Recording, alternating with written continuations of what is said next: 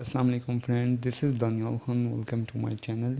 इस वीडियो में आपको बताने लगा हूँ कि जो FGI लेक्चर के जो टेस्ट हुए हैं उनकी कुछ अपडेट्स आई हैं इसी ऑफिशियल वेबसाइट पे, वो आपको बताने लगा हूँ। इसलिए मैं आपको इस वेबसाइट पे लेके आया हूँ। और दूसरा कि जो सिलेक्शन क्राइटेरिया है वो क्या है, किसके तहत जो कितनी पोस्ट के एवज़ कितने कैंडिडेट्स को बुलाया जा रहा है, और जो मेरिट लिस्ट है वो कब अपडेट हो रही है, और इंटरव्यू लेटर्स कब इशू होंगे। और दूसरा मैं एक बायोडाटा फार्म है वो आपको बताऊंगा, वो आपने देख लिया होगा। उस हवाले से भी आपको कुछ बातें बताने लगा हूँ। तो जो न्यू व्यूवर्स हैं उनसे रिक्वेस्ट करूँगा चैनल सब्सक्राइब कर लें, ताकि जो भी गवर्नमेंट जॉब्स के हवाले से अपडेट्स हैं वो आप तक पहुँचती रहें।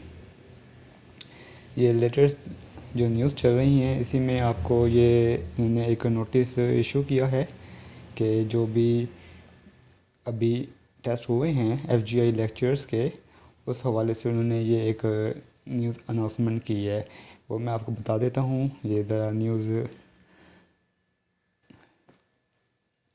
रिवाइज हो जाएंगी तो वो जो नोटिस है वो आ जाएगा। तो ये तमाम जो भी लेक्चर्स हुए हैं, चाहे वो किसी भी सब्जेक्ट का हो, उस हवाले से जो रिज़ल्ट है वो एक ही साथ अनाउंस होगा। ये नहीं है कि किसी सब्जेक्ट का पहले आ रहा है, किसी सब्जेक्ट का बाद में आ रहा है। तो अब वो जो अनाउंसमेंट है, पहले नोटिस है, वो मैं आपको बता देता हूँ कि वो नोटिस क्या है। ये है वो notice regarding FGI lecturer test interview short listing candidate 3 multiply candidates पर post will be called for interview on the basis of merit list. All updates will be flashed on induction portal, जो portal है ये वाला। Candidates are requested to visit induction portal for any update. अब ये 3 multiply candidate पर post जो हैं उनको बुलाएंगे on the basis of merit list. इसका मतलब है जो मेरिट लिस्ट है वो अपडेट की जाएगी सबसे पहले, और वो अपडेट होगी इंडक्शन पोर्टल पे। और उसके बाद जो इंटरव्यू के लिए कितने कैंडिडेट्स को बुलाना है वो है 3 मल्टीप्लाई कैंडिडेट्स पर पोस्ट। फॉर एग्ज़ाम्पल अगर एक सब्जेक्ट की पोस्ट हैं 30, फॉर एग्ज़ाम्पल मैं एक मिसाल दे रहा हूँ, 30 पोस्ट हैं, तो उस पोस्ट के लिए, उस सब्जेक्ट के लिए 30 मल्टीप्लाई बाई 3 90 कैंडिडेट्स को बुलाया जाएगा फॉर द इंटरव्यू। उम्मीद है आपको समझ आ गया होगा कि अगर 20 पोस्ट हैं तो उसके लिए आपको बुलाया जाएगा 60 कैंडिडेट्स को फॉर द इंटरव्यू। अगर 10 हैं, फिर मैं एग्जांपल दे रहा हूँ, 10 हैं तो 30 कैंडिडेट्स को बुलाया जाएगा फॉर द इंटरव्यू। अब वो जो 30 कैंडिडेट्स होंगे वो कौन से होंगे, जो मेरिट लिस्ट उस सब्जेक्ट की होगी। टॉप 30 उनको बुला लिया जाएगा फॉर द इंटरव्यू। अब वो लिस्ट अपडेट होगी इनके इंडक्शन पोर्टल पे, या ये हो सकता है जो आपको इंटरव्यू लेटर्स हैं उनका डायरेक्ट आपको ये इंडक्शन पोर्टल पे वो अपने इंटरव्यू लेटर अपडेट कर दें। वहाँ से जैसे आपने रोबल स्लिप डाउनलोड की थी, वहाँ से आप वैसे ही इंटरव्यू लेटर डाउनलोड कर लें। 2023 में इंटरव्यू के लिए मैसेज आया था, तो मे भी आपको बाय टेक्स्ट आपको इंटरव्यू का मैसेज आ जाए।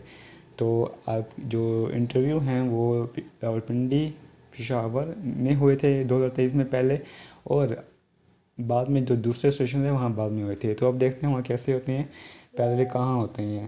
तो ये थी अपडेट। और जो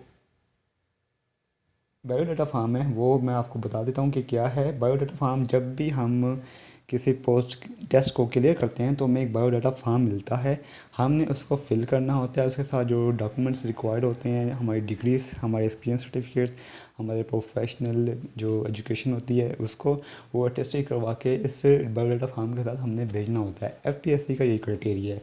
जो FGEI है इनका भी एक बायोडाटा फार्म है। ये बायोडाटा फार्म आपने डाउनलोड नहीं करना, क्योंकि ये है 2023 के लिए। 2024 के लिए अपडेट करेंगे। अगर अपडेट करते हैं, अगर आपको कहा जाता है कि ये इसको फिल करके आपने भेजना है, तो आपको इसको मैं अपनी नेक्स्ट वीडियो में जैसे रिज़ल्ट अनाउंस होता है उसमें डिस्क्रिप्शन में डाल दूंगा इसका लिंक। लेकिन सिर्फ मैं आपको बता रहा हूँ ये बायोडाटा फार्म क्या होता है। इसमें कुछ आपसे इन्फॉर्मेशन ली जाती है और आपसे एक हेल्प लिया जाता है कि जो आपने इन्फॉर्मेशन दी है इधर वो करेक्ट है कि नहीं है।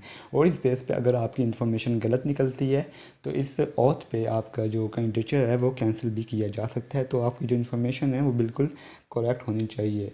पोस्ट अप्लाइड फॉर सिर्फ एक आपको अपडेट दे रहा हूँ हल्की सी कि क्या है, आपने कैसे फिल करना है।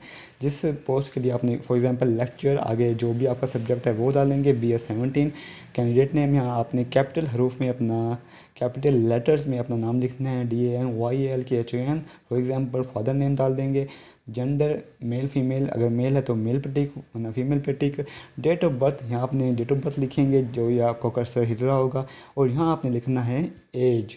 एज कैसे एग्जैक्ट कैलकुलेट करनी है, इसके लिए आप गूगल में जाएंगे, एज कैलकुलेटर पे, यहाँ डेट ऑफ बर्थ डालेंगे और यहाँ डालेंगे आप जिस डेट को आप अपनी एज कैलकुलेट कर रहे हैं। फॉर एग्जांपल 2 मई को हम कर रहे हैं तो यहाँ 2 मई सेलेक्ट कर लेंगे और उसके बाद आप अपनी वहाँ से एज सेलेक्ट कर लेंगे, एक सेलेक्ट कर लेंगे और यहाँ पे डाल देंगे।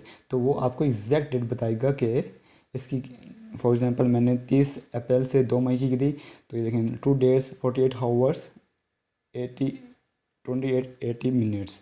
तो यही आपने यहाँ लिख देना है, जैसे ये फॉर्म है, इतने ईयर्स इतने मंथ्स इतने डेज़। फिर आपने डोमिसाइल का यहाँ प्रोविंस लिखना है, यहाँ डिस्ट्रिक्ट लिखना है और यहाँ सिटी। यहाँ पे आप लिखेंगे अपना CNIC नंबर, ये डैश है इसको छोड़ देंगे ब्लैंक। डिसेबिलिटी, अगर किसी ने डिसेबल कोटे पे अप्लाई किया हुआ है, यहाँ अपना वो जो डिसेबिलिटी है वो लिखेंगे।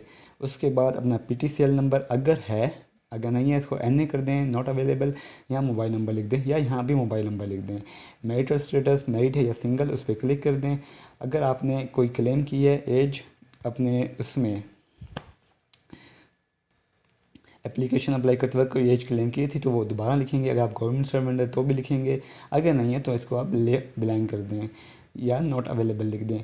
ये है अगर कोई पहले से गवर्नमेंट सर्विस में है या जो FGE एम्प्लॉय का कोटा है, तो इसको आप नो कर दें। अगर अगर आप एम्प्लॉय हैं तो यस कर दें। फिर आप आ जाएं इस पे कि आपका जो पोस्टिंग मेल एड्रेस है, पोस्टल मेल एड्रेस है या प्रेसिडेंशियल मेल एड्रेस है या परमानेंट मेल एड्रेस है। जो मेलिंग एड्रेस है वो आपने एग्जैक्ट लिखना है, ताकि जो भी करस्पॉन्डेंस होती है वो आपकी इसी मेल एड्रेस पे होती है। ये आपने जो आपके घर का पता है, घर का एड्रेस है, वो लिखना है एग्जैक्टली। तो यहाँ पे आप लिखेंगे लास्ट डिग्री, फॉर एग्जांपल जो आपकी लास्ट डिग्री है वो मास्टर है, वो आप लिखेंगे। सब्जेक्ट लिखेंगे या ग्रुप लिखेंगे, मार्क्स ऑफ 10 टोटल मार्क्स, अगर GPA तो GPA लिख दें, ग्रेड या डिवीज़न लिख दें। उसके बाद रिजल्ट डिक्लेरेशन डेट वो लिखी होती है और बोर्ड यूनिवर्सिटी। उसके बाद अगर कोई प्रोफेशनल क्वालिफिकेशन है, फॉर एग्जांपल MA है, CT है, B.Ed है, वो आप यहाँ लिखेंगे। इसके बाद आपने क्या लिखना है, यहाँ पे अपना नाम लिखना है, यहाँ पे अपना वालिद का नाम लिखना है और ये तमाम जो हेल्प है ये आपको पढ़ लें, इसमें क्या लिखा हुआ है। उसके बाद दस्तखत करेंगे, निशान अंगूठा, अगर मेल है तो लेफ़्ट, फीमेल है तो राइट। उसके बाद शनाख्ती कार्ड नंबर, ये आपका हो गया हल। ये है बायोडाटा फॉर्म जो अक्सर जो FPSC भी रिक्वायर करता है और सम टाइम FGI भी रिक्वायर करता है। तो ये थी कुछ अपडेट्स जो FGI लेक्चर के हवाले से थी कि आपको एक पोस्ट पे 3 कैंडिडेट्स को बुलाया जाएगा और अगर 30 पोस्ट हैं तो 90 कैंडिडेट्स को बुलाया जाएगा। तो इसका मतलब है अगर किसी के 55 से अबव मार्क्स हैं या 60 मार्क्स हैं तो डेफिनेटली उसको इंटरव्यू के लिए बुलाया जा सकता है। जैसे ही दूसरी अपडेट आती है रिज़ल्ट की या मेरिट लिस्ट की, वो मैं अपडेट करूँगा आप लोगों के साथ। और अगर कोई क्यूरी हुआ मुझे कमेंट कर दें। लोग पूछते हैं कि HEC से डिग्री वेरीफाइड होनी चाहिए, टेस्ट होनी चाहिए जी। हर जो गवर्नमेंट जो इंस्टीट्यूशन होता है वो HEC से डिग्री वेरीफाइड लाजमी करवाते हैं। तो लेकिन ज़रूरी नहीं है कि अगर आपकी नहीं होंगी तो आपका इंटरव्यू नहीं होगा। आपको बाद में भी टाइम दिया जा सकता है या आपसे जो इंटरव्यू लेटर है उसमें भी लिखा होगा कि अगर आपकी जो डिग्री है वो HEC से वेरीफाइड होनी चाहिए और उसके लिए आपको टाइम भी दिया जाएगा। तो इसमें आप इतनी आपको टेंशन लेने की ज़रूरत नहीं है। जो भी क्यूरीज हो आप मुझे कमेंट कर दीजिएगा, व्हाट्सएप कर सकते हैं अगर कोई मैसेज हो तो। तब तक के लिए थैंक यू, अल्लाह हाफिज़।